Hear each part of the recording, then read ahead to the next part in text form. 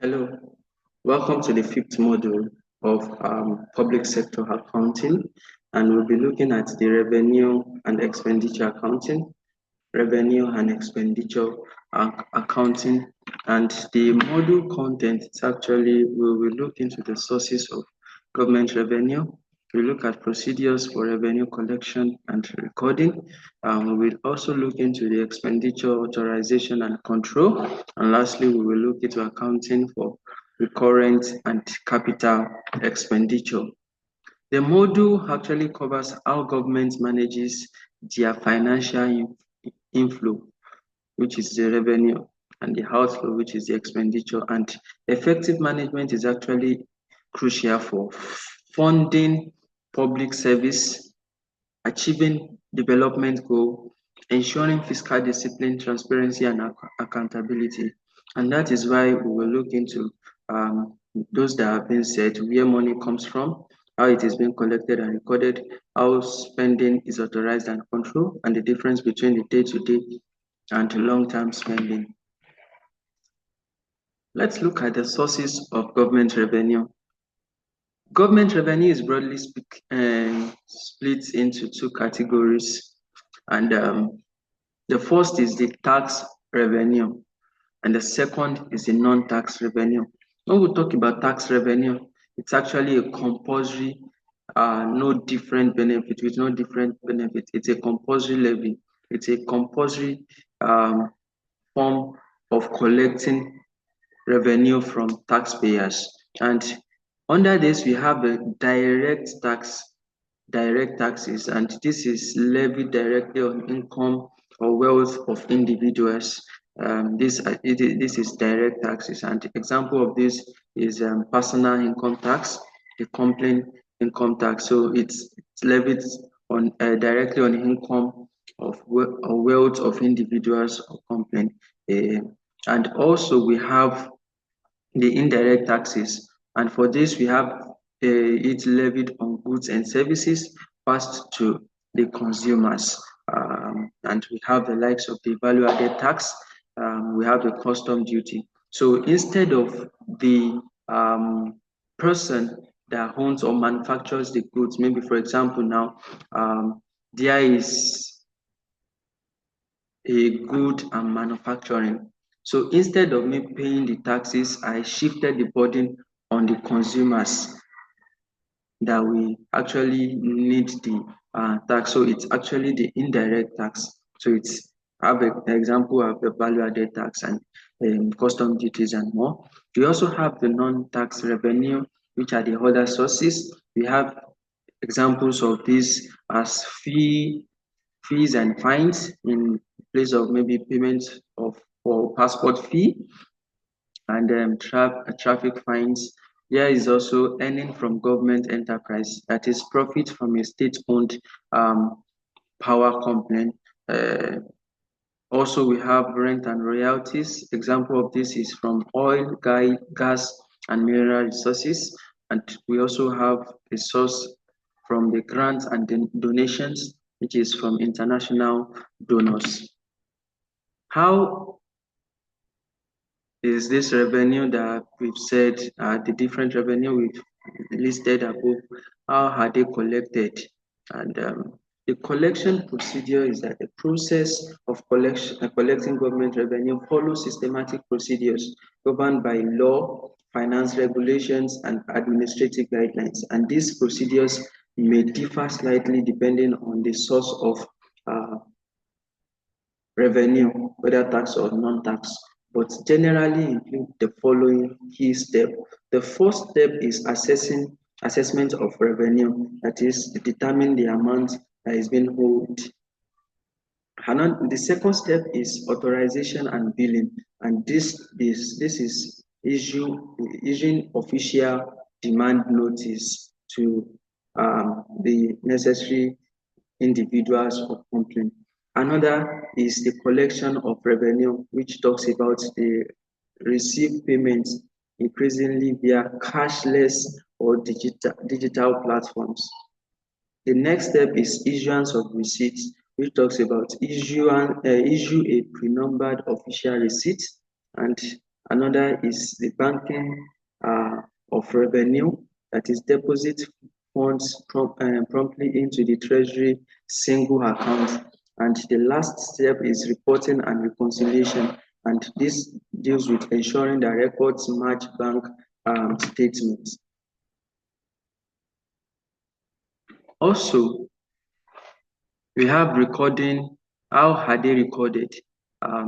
When we talk about the recording, it actually talks about the proper recording is essential for ensuring that all government income is accurately captured in the accounting books. The recording process follows standard accounting principles and government regulations, which includes one, recognition of revenue. And when we talk about this, it is revenue is recognized in the book of accounts when it is earned and collectible, and depending on the accounting basis used by government, just like we said, whether it is cash basis or accrual basis. And the second is documentation and journal entry, and this deals with all receipts, invoices, and payments evidence are compiled and used to make journal entries in the government's accounting system. And another is the classification and coding, and this deals with all transactions are classified using the chart of account for consistency and reporting. The next is posting to the general ledger, and this deals with all revenue transactions are posted to the general ledger and summarized under appropriate heads such as the tax revenue, fee and charges or grants, and more like that. And lastly, preparation of revenue reports. And this means that at the end of each accounting period, the detailed revenue statements are prepared, showing the sources, the amounts collected, the variance from budget estimates, and explanation for shortfalls or excesses. And another aspect that I said we will talk on is the expenditure authorization. And when we talk about expenditure authorization, the principle of expenditure authorization actually says that no public fund can be spent without proper authorization. And that's it. If a money will have to be spent, then there must be an authorization to spend it. And so what is expenditure authorization?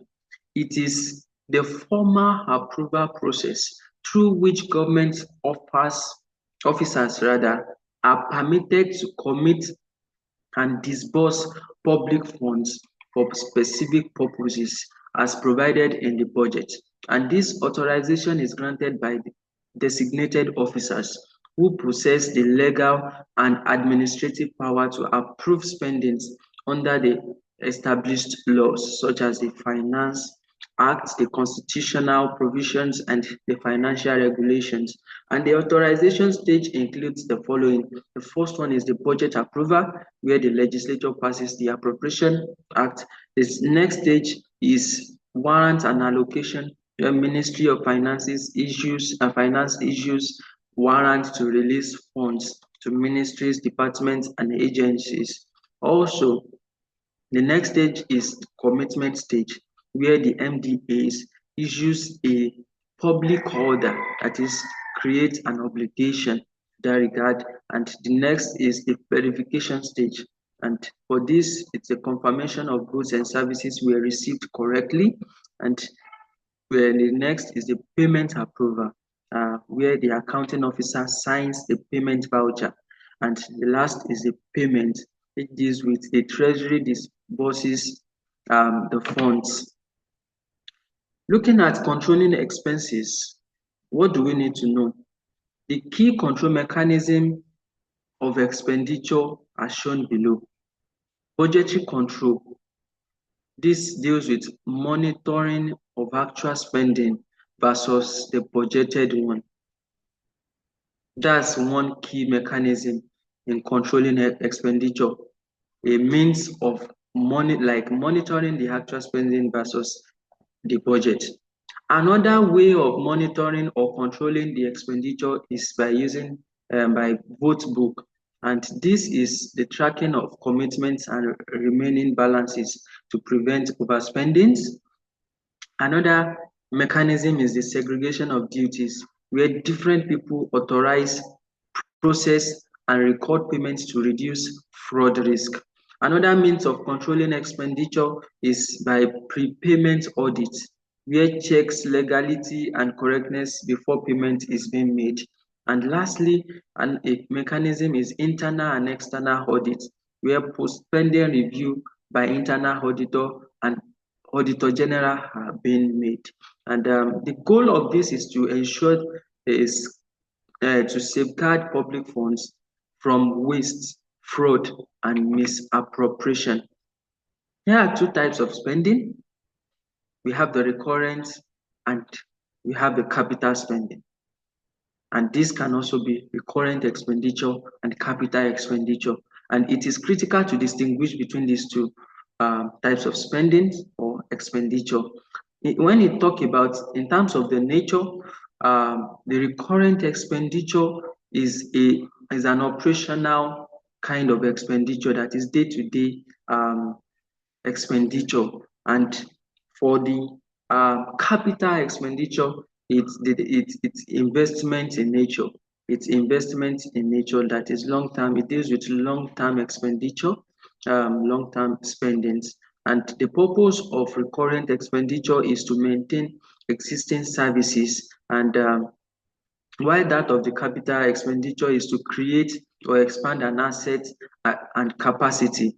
And when we look at the benefit period for such an expenditure, for recurrent expenditure, is a short-term expenditure period, a short-term period, which is within the year.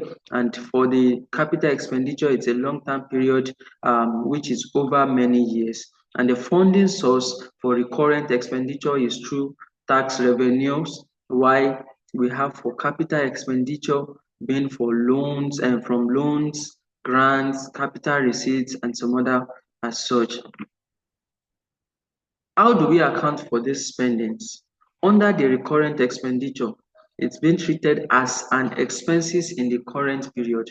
An example of this are the salaries, utilities, office supplies, maintenance, and more. And a way of treating this in journal entry in a simplified form is that you debit, let's take for example salary, you debit salary expense account while you credit cash or bank accounts.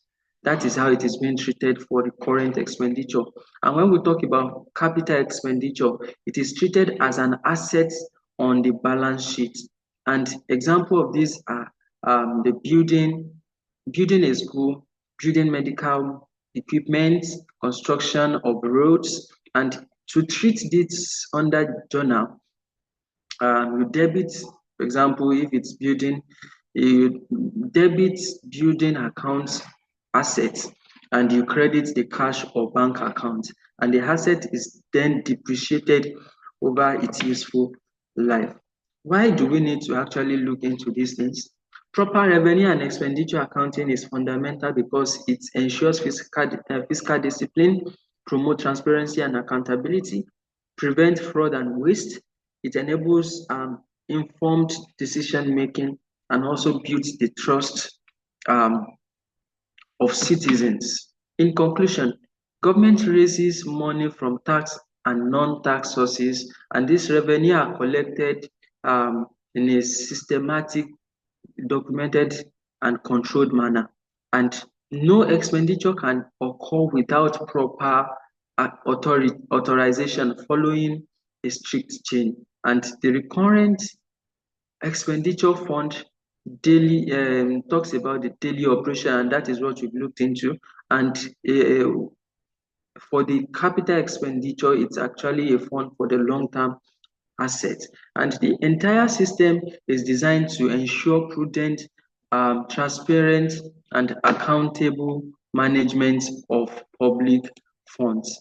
Thanks for listening.